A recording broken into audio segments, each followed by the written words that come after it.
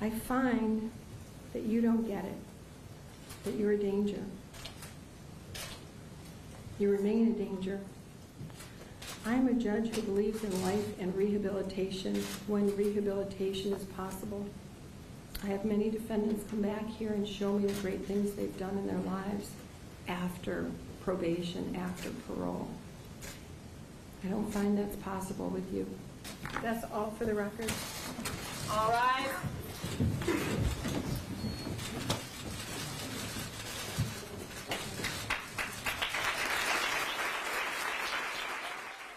You have been watching our live coverage of Larry Nassar's sentencing. In fact, we just watched as he walked out of court there in Ingham County Circuit Court.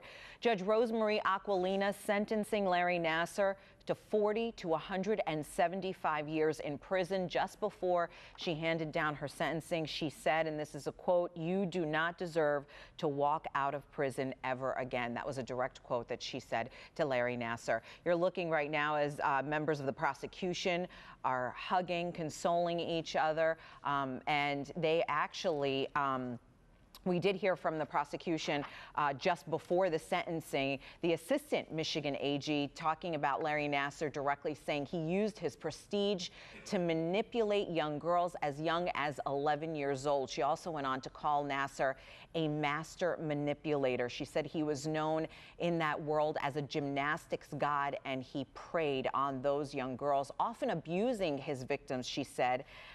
These young victims, these young girls with their parents, oftentimes just a few feet away. We also heard from Larry Nassar himself. Earlier today, it was unclear whether or not we would hear from him. He did read a portion of a prepared statement and twice actually turned to the court and addressed his victims. At one point, he turned to the victims sitting in court and apologized to them. I want to read to you a portion of what he said. He said, "Your words these past several days have had a significant emotional effect on myself and have shaken me to my core." Our Nick Monticelli has been following this story for us, covering it from the very beginning. He is live right now in Ingham County Circuit Court. And Nick, you know, after 7 straight days of very powerful testimony from those brave women Nassar abused, we saw all of this unfolding here this afternoon.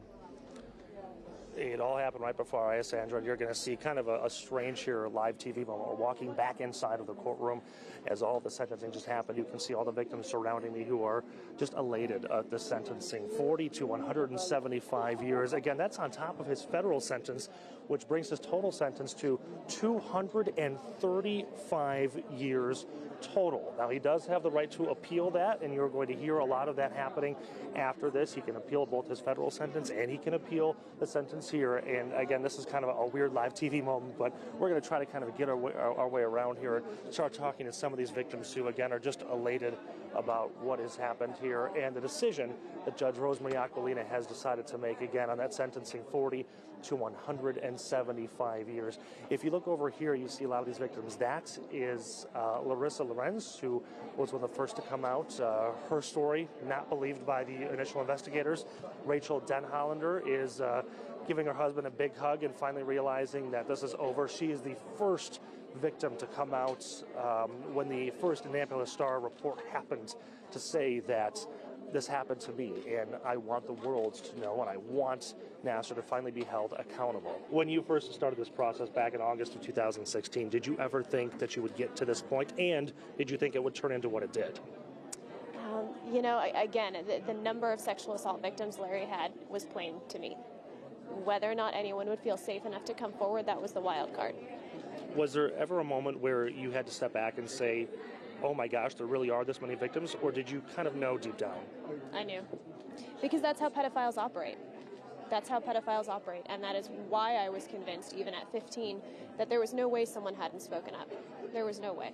175 years, the right sentence? Absolutely. I am very grateful for Judge Aquilina and the leadership she's shown for all of us. Do you think that justice so much? This We're going to move on and talk to many of the other victims that are here inside of this courtroom. Again, please forgive the live television moments as we try to crawl around and see what's happening here. Walking through other reporters, walking through all of the media here. Hi, live on TV, sorry. I'm signaling over to talk to Lisa Lorenz, who is the mother of Kaylee, who is the young girl, the tiniest one in the whole courtroom over there on crutches. Lisa, I'm going to kind of reach across the table. We're live on Channel 4 right now. Your daughter is over there. She gave the second statement today. How proud of her are you after all this? You know, it's indescribable. She just is so grown up and so poised, and it was so heartfelt. And it's like, my brain went back to when she used to compete, and you'd be like, oh, that was really good, and I was really proud. And other things like when she got her scholarship, those are nothing compared to how proud I am of her. She's way stronger than I am. Kaylee's right there. Come on over, Kaylee. I know we're live on Channel 4 right now. Get your crutches through there. I know it's kind of a silly question, but how do you feel? Oh my God, I'm so thankful for Judge Aquilina and all the work that she's put into it and the team who's put into it. I'm kind of at a loss for words right now. I've been crying all day, but I'm so happy. You were one of the final three victims to give your statements today. You told me on numerous occasions that you kept rewriting this over and over again. How many times did you write your final statement? 20? Give or take a few. I had to take the computer away from her. She banned me from touching my statement anymore, so. What was the biggest portion of that you wanted to get across? Was it what you had gone through? Was it something you wanted Nassar to hear? The ending. I want answers, and I want accountability, and these people need to step up. What's next for you? To fight for the answers, I think. I won't stop until I get the answers I want, so. And I know your mom won't let you. She won't stop either, so. 175 years, the right sentence? Unbelievable. Yes. Yeah, it's the right sentence. Did you ever think you would get to this point when you stepped forward so many months ago? No. I mean, you go through it and it feels like such a long time, and this day comes and you can't believe kind of how fast it went and how much you went through in 18 months of this process. I'm going to let you guys go. You've got a lot of emotions to process right now. Standing next to us is the police chief from Michigan State. Chief, we're live on Channel 4 right now. I know that we're going to separate the Michigan State from the police department right now, for these purposes anyway. What are your thoughts on seeing your team come together and prosecute Nassar?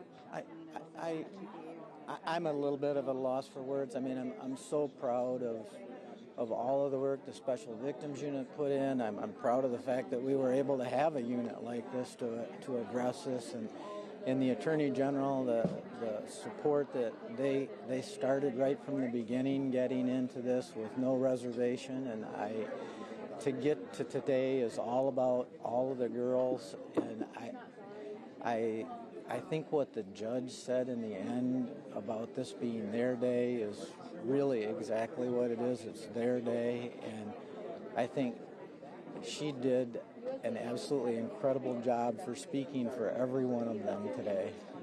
Did either you or Detective Mumford realize that there would be this many victims? I don't think anybody had a clue as to the numbers that would end up, coming forward to report, and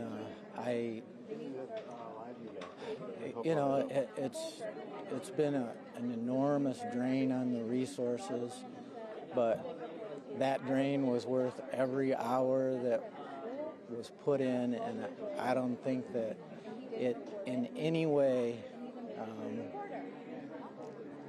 works out to be what the girls have put in. So every hour that went into that was returned by all of the work that they did coming forward and all the strength. So yeah, I think today is, despite everything, today is a day that everybody can believe that the criminal justice system worked together, and hopefully that will have or result in more people coming forward, and that's the important message. Absolutely. Chief, thank you very much for your time, and thank you for the prosecution of this. We're going to join now Kyle Stevens. She was the first victim who gave her impact statement 7 days ago. She's talked to a couple of reporters. We're going to kind of join. Actually, she's done. I'm going to join in.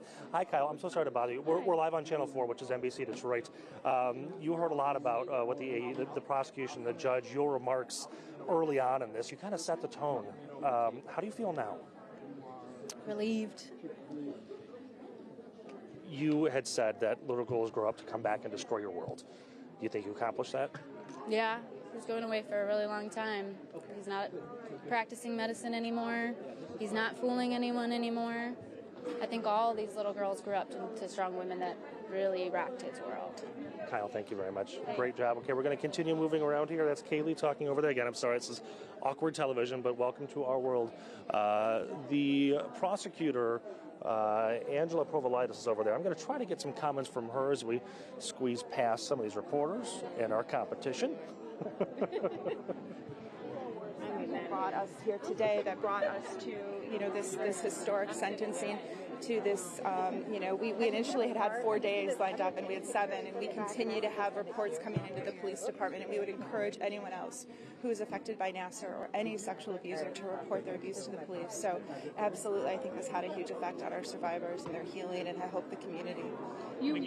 And again, what was the final sentence? It was hard to hear out there. Her final sentence today was 40 years on a minimum to 175 years on the maximum.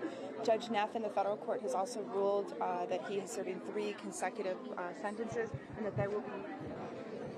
All right, so that last person you were hearing was Angela Provolitis. She was the prosecutor in charge of this case. We're going to work on so much of this, so much more reaction from all of these victims and prosecutors. Again, the victims turned survivors on later editions of Local 4 News at 5 o'clock and 6. But for now, I'll toss it back to you, Sandra, in the studio. Nick, I know you have a lot of work to do, so we are going to let you go. Meantime, we want to point out our team at Click on Detroit.